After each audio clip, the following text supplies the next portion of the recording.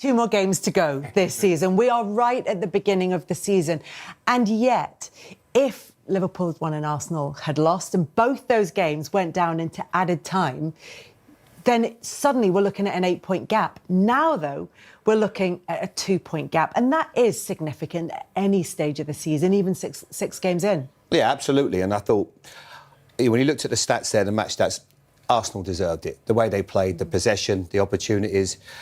And I thought they showed a lot of mental strength. It showed you the value of the squad. One sub comes on and scores, the other one sets up the goal with a corner with a great delivery. And I think that was the difference with Arsenal today. They got embroiled in a bit of a war at one point where they're trying to win the game too much. And once they got that composure again into their game, it was a really good performance, especially first half, where they were so controlled. And I really enjoyed what I saw today, because they took a lot of stick last week, a lot of it deservedly so, the handbrake, etc. But today they showed a lot of character, because when you're getting bashed up a little bit in the press, it's not easy. So they had to do what they had to do today, and to come from behind at a place which is so difficult, where they've had so many problems over the last few years. I thought it showed you what a great performance and a mature performance it was from Arsenal. And really interesting substitutions from Mikel Arteta, in that he went super attacking at the end, and it was Mikel Merino who got the equaliser. And again, it's 2 corners for Arsenal, and Newcastle's goal came from a corner, but 6 of Arsenal's 12 goals this season from corners. And they've got it. It's obviously, they've got the set-piece coach and they work on these things. And for me, that was, another short corner. Comes out here to Eze, just pops it in there. Back to Declan, and great ball in. And for me, sometimes, you criticise defenders. I just think he gets in, the forward gets into, Marino gets into a great position. And this is an absolutely great flick. You're one of the best headers the ball I've ever seen. What does he do? What does he do so well there? He's just in front. He gets up early in front of the defender. The defender cannot get to the ball from there. And then once he flicks it, he knows he knows where the goal is. He doesn't need to see it. He flicks it, and that's what he's hoping for it to go in that bottom corner. And it's exactly where it went. It's a great header, absolutely great header. Goal, defender can't do nothing about it, and it's just in the lap of the gods. And as you see Pope there, look where it goes in, off the post, and nothing Pope can do about it. And what we've seen today is we've seen, obviously, 3 goals from set pieces, but 2 from short corners. Mm-hmm. And I think now why teams do short corners is it just disrupts the defence, because if you saw from Arsenal's perspective where they concede one, Gyökeres, one of the big guys, goes out for the short one. And again there, instead of there being like maybe it match up 5 players in a really tight space, all of a sudden the short corner makes people come out of position, and that leaves like 2 or 3 yards gap between people. And if you've got good headers of the ball, when you look at it there, look how tight and compact it is. So they're trying to put a net ball into an area, but once that ball then gets played in, you can see the short one. Eze plays it short. Declan knows what he wants to do. Then all of a sudden, 3 players then come out. Then you've got a nice big gap in the middle. So now all of a sudden you've got 2, 3, 4 yards of space, which makes all the difference. And after that, I think Newcastle would have created their own downfall, because the game management now, you've got 1-1. You know that point is in your hands. And we both went, when Nick Pope gets his ball, go down, just buy yourself a few seconds. Instead, he's trying to play a Langer. You're under pressure, you're tired, you're chasing a few shadows right now. The ascendancy is with Arsenal. It's a really bad mistake from Nick Pope, who've been brilliant all game. Then they get caught, Lascelles puts it out for a corner. Now it's all on, because Arsenal, one of the best players, one of the best at set pieces. Is it a fact? Well, it's irrelevant. And here, Jay, when he picks the ball up here, what I don't understand is Elanga's he's going up against 3. It's not like he's one-on-one with someone. Yeah, exactly. And then the delivery, Les, a great header by Gabriel. Yeah, listen, again, Pope gets caught in no man's land. Saliba's standing in front of him. He can't get round him. He goes to try and get it. No chance. And we've seen Arsenal do this time and time again. We've seen this guy, Gabriel, do it time and time, and gets into that position. Goalkeeper's in no man's land, and it's an open goal for him. And Saliba does so well. Watch Saliba, that he does enough, makes it difficult for him. And I think what Nick Pope's trying to do, because he's trying to rectify the mistake that he'd made earlier, all he has to do is just calm down. And it was obviously a different type of goal, because when Liverpool scored with Ngamoa, they were chasing a win. They had 10 men at a time. A point would have been a great result, and they just try. And I think sometimes it's the enthusiasm. You've got to credit them for it to a certain extent. But in that moment, for Nick Pope just to take his time, take the sting out of the game, and just realise a point is still a great result against a really good Arsenal side. But they get, I would call, a little bit greedy. And they've been ahead for so long. Gabriel was sort of claiming a foul in the opening goal. I think in real life, in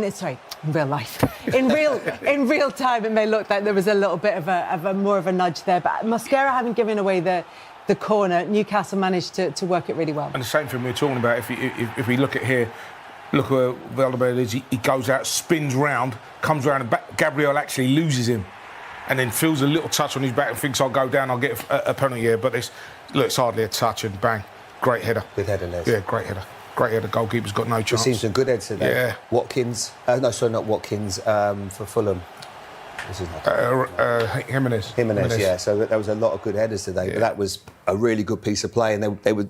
You thought at that point they were hanging on there, so they looked comfortable, and then the sting got taken out of it. As we spoke about, at the time, Arsenal are in the ascendancy, and you just need to take the sting out of the game. You knew they were coming on top. They were trying everything they could to score a goal. You could have just taken the sting out of it, but Pope got a little bit enthusiastic and tried to get a langer in, and unfortunately causes the corner. I was saying earlier on that so many decisions in this game, and even at 0-0, Arsenal feel that they potentially could have had a penalty, and in fact, the penalty was given and then overturned by the referee. We heard Bukayo Saka saying it took a long time to overturn it. Actually, it took a time because the referee went to review his own decision to make sure that he'd seen everything in the build-up. I think there's a touch, and what I said to Jamie afterwards, I said, look, if it was the other way around and he was going through as a centre forward, and the goalkeeper had laid down and got his fingertips of his gloves to it, and the finger deviated like that, and the player went over him, it never is a penalty. It's because he's gone with his feet or his legs, and it's touched it. You can see it's touched his foot and it's gone in the opposite direction. So for me, the decision was right. Although as a centre forward, I'd be looking for that as a penalty. Absolutely. I can't wait to see or hear what Mikel Arteta says, because it might just soften now they got 3 points. Because I think if they'd have lost the game, I think it'd been a completely different Mikel Arteta interview. But he might just say, you know what, sometimes you get them, sometimes you don't. I'm fascinated to hear what he says, because I feel I was doing the game last Saturday, and it might, obviously people can say, well, it was different, but the Sanchez on Mbermo, when he goes through, Sanchez gets the slightest of touches, but it knocks it past him and he still brings him down. And that's just my feeling. But I can understand what Les is saying. I was just surprised it got overturned. Was there enough for it to be overturned? Yes, I take his point, but VAR only intervened to send the on-field referee to go and look at the decision. So it's slightly different in that he's reviewing his own decision rather than having somebody else overturning it. So he went and had a look, and that wasn't given. But overall, in terms of what Arsenal did in the game, we looked at the match stats a little bit earlier. So many shots on target, so much possession. Near the XG, whatever sort of weight we place on that, was so much higher than Newcastle. They dominated that game, and regardless of various controversial decisions, you would say they deserved to win it. Yeah, of course. I think, if you was in Newcastle changing room and you came in and you got a draw or you won the game, you'd have probably felt like a bit of a bandit, really. Do you know what I mean? You should have had a mask on, because, you know what I mean, you didn't do enough to win the game. Defended very well. But, they were under the cosh for most of the game. First half, I thought Arsenal were exceptional. And then for periods in the second half, Newcastle got back into it. But then, towards the end, Arsenal were in the ascendancy again. And as you said, you look at the XG, you look at the shots, and you say, well, you can't come away and not say that, Arsenal didn't deserve to win this. But before... Jamie Redknapp and Les Ferdinand broke down Arsenal's dramatic late 2-1 victory over Newcastle at St James Park, praising the Gunners' resilience and tactical edge in one of the Premier League's most intense fixtures. The duo highlighted how Mikel Arteta's side showed both maturity and flair, weathering Newcastle's pressure before seizing their late chance. They pointed out the growing influence of Arsenal's midfield, with clever movement and quick transitions proving decisive in a game that could have gone either way. The pundits also reflected on the psychological importance of such a result, noting that winning in such hostile territory adds belief to Arsenal's title charge. Ferdinand lauded the Gunners' ability to grind out results in tough moments, while Redknapp emphasized the character and composure shown in the final stages. Both agreed that this wasn't just about 3 points, it was a statement that underlined Arsenal's growing maturity, a victory that could carry real weight as the season develops.